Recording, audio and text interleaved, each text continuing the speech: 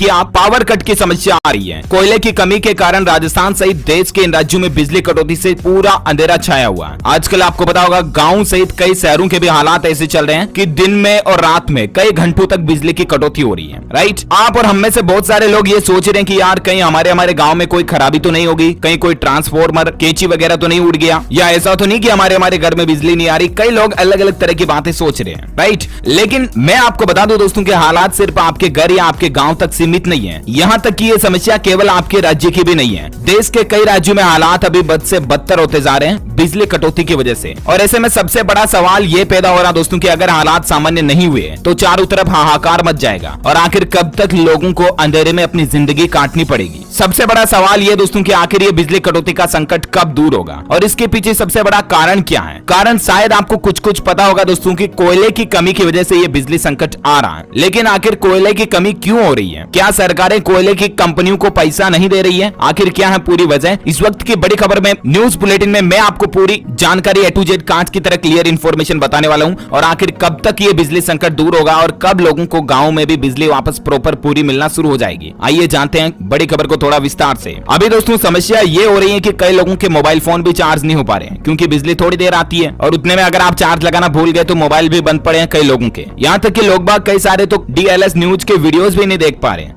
काम की खबरें भी मिस हो जाती हैं। कई लोग कमेंट करते हैं कि यार DLS भाई बिजली नहीं आ रही, मोबाइल चार्ज नहीं था तो कल का वीडियो मैंने देखा भी नहीं। तो समस्याएं बहुत ज्यादा बढ़ती जा रही है क्योंकि बिजली आज हमारी जिंदगी का एक अहम हिस्सा बन चुका है। या यूं कह सकते हैं दोस्तों कि कहीं ना कहीं बिजली आज हमारी जिंदगी में इंसान की मूलभूत आवश्यकताओं में शामिल हो चुकी है। लाइट और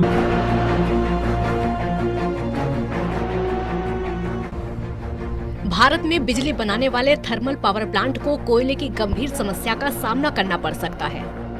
इस वजह से बहुत से पावर प्लांट में उत्पादन ठप हो चुका है, जबकि बहुत से पावर प्लांट में उत्पादन ठप हो सकता है। भारत में बिजली कंपनियां कोयले की कम आपूर्ति से परेशान हैं।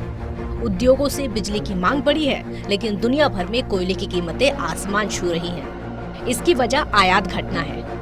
यूरोप में भी सर्दियां आने से पहले ही बिजली के दाम बढ़ने लगे हैं। चीन ने देश की बिजली जरूरत को पूरा करने के लिए बिजली कंपनियों के प्रोडक्शन बढ़ाने का निर्देश दिया है। इसके साथ ही चीन में बिजली के इस्तेमाल पर पाबंदियां लगाई गई हैं। वहीं दूसरी ओर ब्रिटेन में पेट्रोलियम पदार्थों की कमी के कारण लोग परेशान हैं। यहाँ के 90% पेट्रोल पंप ड्राई हो गए हैं। भारत में भी पेट्रोल, डीजल और गैस के दाम में लगातार इजाफा हो रहा है। दुनिया भर में तेल, प्राकृतिक गैस और कोयले के दाम बढ़ रहे हैं।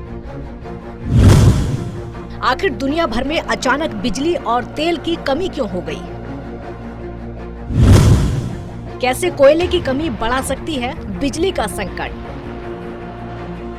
भारत में कोयले की कमी के कारण आने वाले दिनों में बिजली का संकट खड़ा हो सकता है। देश के पावर सेक्टर में कोयला आधारित पावर प्लांट्स की हिस्सेदारी 70% है।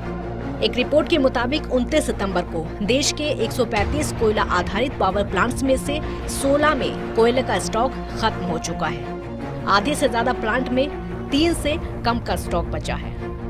वहीं 80% प्लांटों में 1 हफ्ते से कम का स्टॉक रह गया है।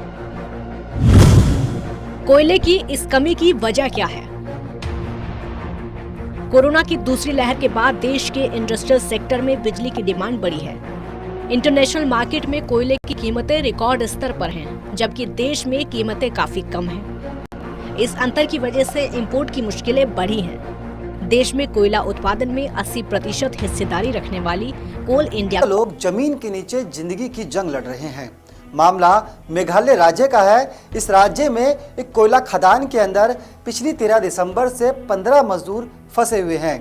ये मजदूर इस खदान में कोयला निकालने के लिए उतरे थे और ये खदान पूरी तरह से अवैध थी।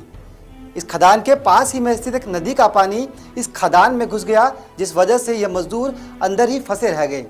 13 दिसंबर से लेकर अभी तक इन मजदूरों का कोई अता पता नहीं है और इस मामले में अब सुप्रीम कोर्ट को आगे आना पड़ा है। सुप्रीम कोर्ट ने एक आदेश जारी करते हुए सरकार को कहा है कि इन 15 लोगों को बाहर निकाला जाए। आइए आपको बताते हैं कि 13 दिसंबर को क्या हुआ था और अभी तक इस खदान के अंदर ये मजदूर किस हालात में होंगे, क्योंकि तमाम तरह के साक्ष्य सामने आए हैं और इन्हीं साक्ष्यों को लेकर तमाम बिंदुओं पर बातचीत करते हैं और आपको बताते हैं कि मजदूर आखिर इस खदान में पहुंचे कैसे थे। 13 दिसंबर को मेघालय के पूर्वी जोंथिया के जो पहाड़ी इलाका है वहाँ पर एक खदान में खुदाई का काम शुरू होता है और इस खदान में 15 मजदूर काम करने के लिए नीचे उतरते हैं, लेकिन अचानक नदी का पानी इस खदान में घुस जाता है।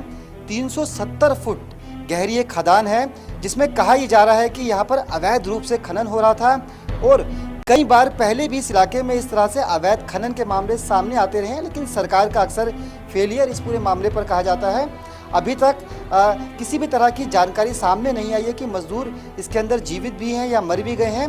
हालांकि माना यही जा रहा है कि थाईलैंड में जिस तरह से जो बच्चे थे खदान के अंदर फंस गए थे, उससे बिल्कुल थोड़ा अलग मामला ये है, क्योंकि वो जो खदान थी वो बिल्कुल सीधी थी, उसमें रास्ते बने हुए थे, लेकिन इसके अंदर रैट्स होल हैं जिसमें खदान बीच में जाकर संकरी हो जाती है और यहाँ पर किसी भी गोताखोर का घूम पाना उतना आसान नहीं हो पाता। भले ही कितना बड़ा एक्सपर्ट गोताखोर क्यों ना हो, लेकिन रैट्स होल जो खदान होती है वो थोड़ी आड़ी तिरछी होती है।